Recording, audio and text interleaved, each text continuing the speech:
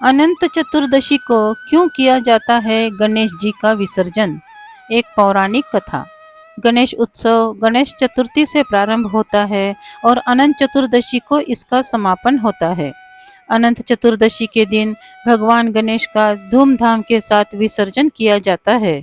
गणेश विसर्जन के पीछे महर्षि वेद व्यास से जुड़ी एक बेहद प्रसिद्ध पौराणिक कथा है।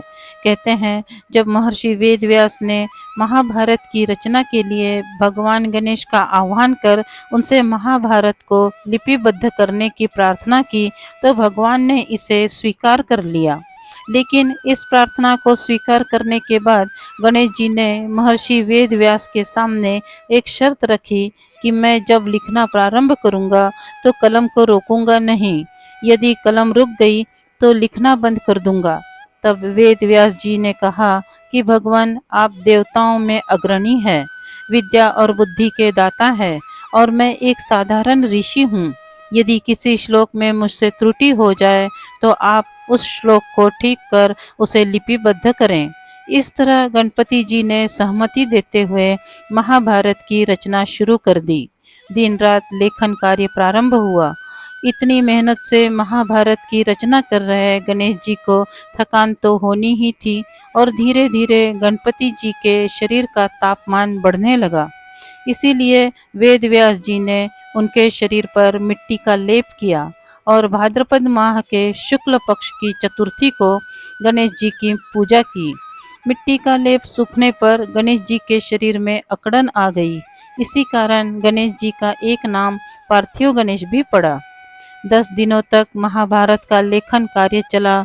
जब अनंत चतुर्दशी को लेखन कार्य संपन्न हुआ तो महर्षि वेद व्यास ने देखा कि गणपति जी का शारीरिक तापमान फिर भी बहुत बढ़ा हुआ है।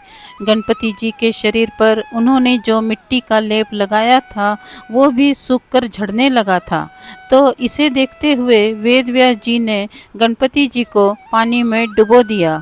इन 10 दिनों में वेद व्यास जी ने गणेश जी को खाने के लिए विभिन्न पदार्थ दिए। इसीलिए गणेश चतुर्थी पर गणेश जी को स्थापित किया जाता है और 10 दिन मन, वचन, कर्म और भक्ति भाव से उनकी पूजा करके अनंत चतुर्दशी को विसर्जित कर दिया जाता है।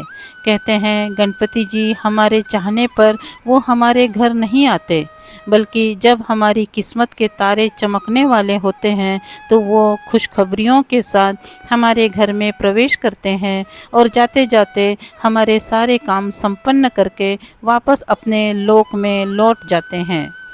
यदि आपको ये पौराणिक कहानी अच्छी लगी हो तो प्लीज़ इसे लाइक करें, शेयर करें और इस चैनल को सब्सक्राइब करें। धन्यवाद।